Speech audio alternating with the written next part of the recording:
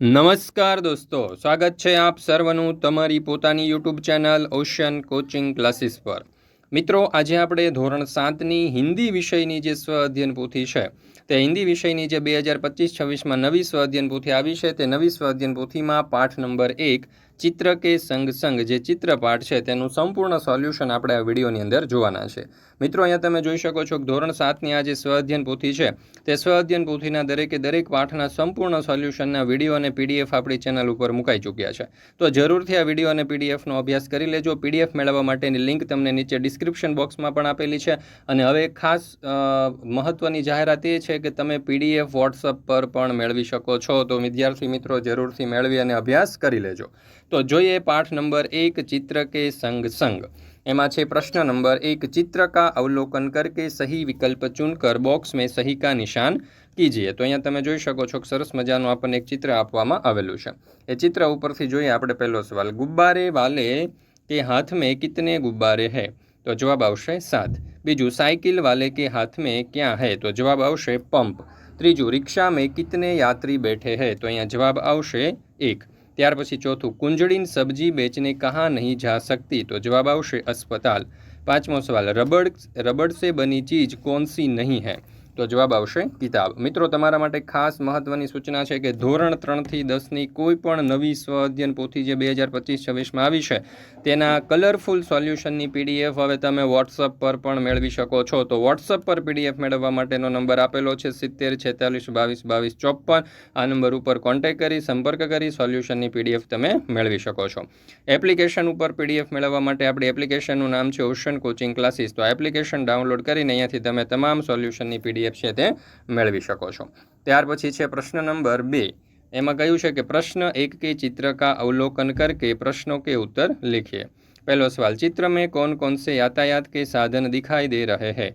तो चित्र में cycle, motor car, auto rickshaw, bike आदि यातायात के साधन दिखाई दे रहे हैं। बीजो सवाल, मोची क्या काम करता है? तो जवाब आवशे चित्र में मोची ग्राहक आने की राह देख रहा है।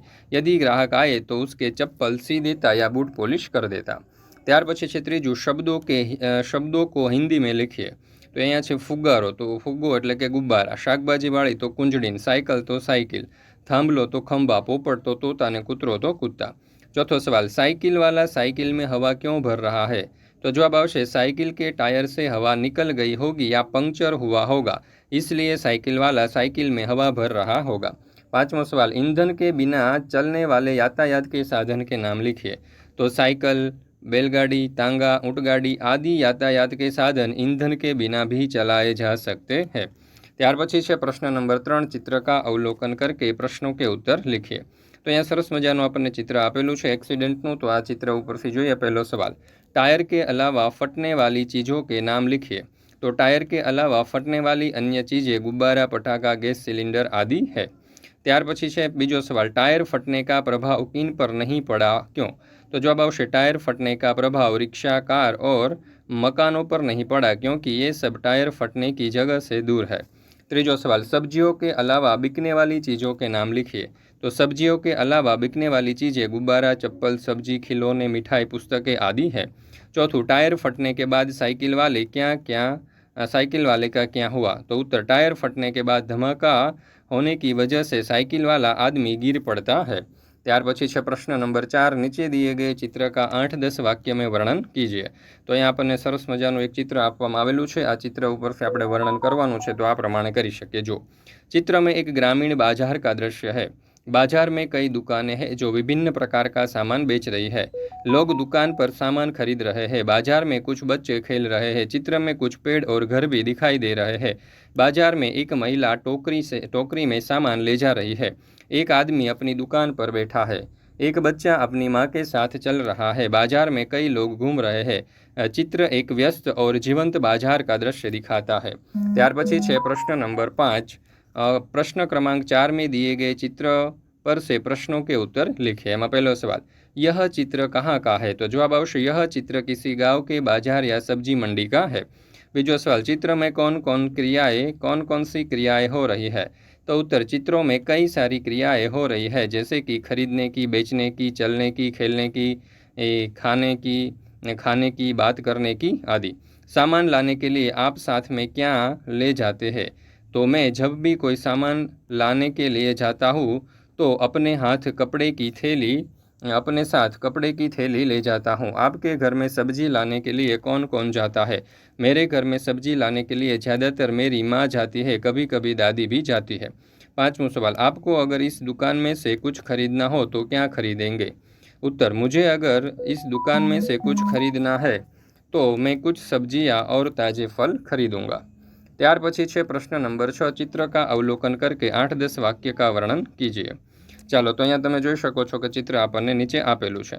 तो यह चित्र एक सड़क का दृश्य यह चित्र में एक सड़क का दृश्य दिखाई देता है। चित्र में एक ऑटो रिक्शा एक व्यक्ति के साथ टकरा गया है। अकस्मात के कारण एक व्यक्ति के पैर में से खून निकला हुआ है। शायद उसे आदमी की टांग टूट गई है। यह अकस्मात देखकर एक आदमी उसकी मदद करने के लिए दौड़कर आ रहा है। यह यात्री ऑटो रिक्शा में बैठा हुआ है। सड़क के किनारे बैठे कुछ लोग अकस्मात के बारे में बात कर रहे हैं। ત્યાર પછી છે પ્રશ્ન નંબર 7, प्रश्न क्रमांक 6 में दिए गए चित्र का अवलोकन करके प्रश्नों के उत्तर लिखिए। पहला सवाल, चित्र में क्या हुआ है? उत्तर, चित्र में एक आदमी का पैर ऑटो रिक्शा के नीचे आ गया है और उसके पैर से खून बह रहा है। बीजो सवाल, इस घटना के बाद क्या हुआ होगा? उत्तर, इस घटना के बाद आसपास खड़े लोगों ने घायल आदमी को अस्पताल पहुंचाया होगा। तीजो सवाल, 108 हेल्पलाइन नंबर का उपयोग कैसे होता है? उत्तर, यदि किसी का अकस्मात होता है तो एम्बुलेंस को बुलाने के लिए मोबाइल फ़ोन से 108 नंबर पर कॉल करना होगा। चौथा सवाल, अस्पताल में कैसे इलाज होता है? तो सबसे पहले मरीज की जांच की जाती है, फिर बीमारी के अनुसार दवा, इंजेक्शन या टेस्ट किए जाते हैं। ज़रूरत पड़ने पर ऑपरेशन या विशेष उपचार भी होता है।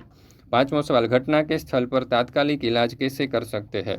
उत्तर, घटना के स्थल पर तात्कालिक इलाज के रूप में घाव को साफ करके पट्टी बांधी जाती है, जलने पर ठंडा पानी डाला जाता है, हड्डी टूटने पर उसे स्थिर रखा जाता है। ત્યાર પછી છે પ્રશ્ન નંબર 8, નિમ્નલિખિત પરિચ્છેદ को पढ़कर નીચે दिए गए પ્રશ્ન के उत्तर लिखिए। તો અહીંયા સરસ મજાનો જે પેરેગ્રાફ આપણને આપેલો છે તે ધ્યાનપૂર્વક વાંચવાનો છે અને તેના ઉપરથી જોઈએ પહેલો સવાલ, विद्यार्थी जीवन में कौन से गुण प्राप्त होते हैं? उत्तर, विद्यार्थी जीवन में हमें ईमानदारी, धैर्य, दृढ़ता और अन्य मानवीय गुण प्राप्त होते हैं। बीजो सवाल, हमारे जीवन में अनुशासन क्यों होना चाहिए?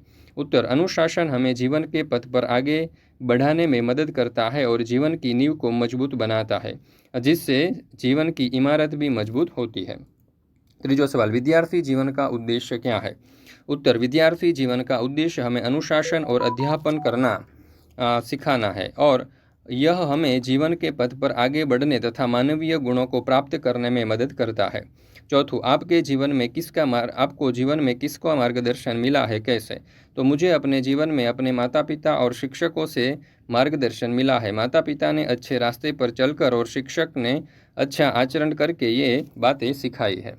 ત્યાર પછી પાંચમો સવાલ, परिच्छेद को उचित शीर्षक दीजिए। तो इस परिच्छेद का हम विद्यार्थी जीवन का महत्व या सार्थक विद्यार्थी जीवन यह शीर्षक दे सकते हैं।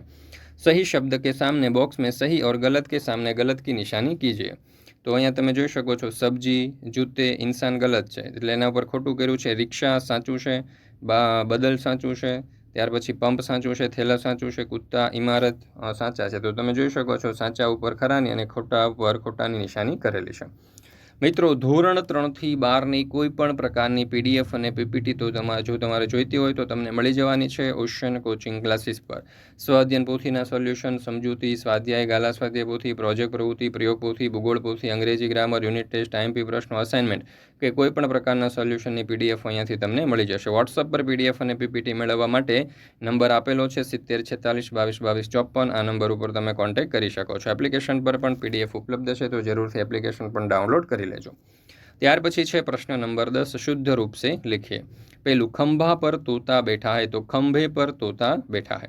बीजू, साइकिल का टायर फट गई, तो साइकिल का टायर फट गया। छोटा बच्चे को मत मारो, तो छोटे बच्चे को मत मारो। मैं और मेरी सहेली बाजार जा रहे हैं, तो मैं और मेरी सहेली बाजार जा रहे हैं। पांचमું છે, तुम कहाँ जा रहे हैं, तो અહીંયા જવાબ આવશે तुम कहाँ जा रहे हो। तो मित्रों, અહીંયા આપણે આજે हिंदी विषयनी स्व अध्ययन पोथीनो पाठ 1 जे छे ते पूर्ण करीए छीए। फरी मळीशुं मित्रों आपणे धोरण 7 विषय हिंदी पाठ नंबर 2 स्व अध्ययन पोथीना संपूर्ण सोल्यूशन साथे। जो मित्रों आ स्व अध्ययन पोथीना सोल्यूशनना विडियो तमने पसंद आव्या होय तो लाइक करवानुं, तमारा मित्रों साथे शेर करवानुं अने सरस मजानी कॉमेंट आपवानुं भूलशो नहीं।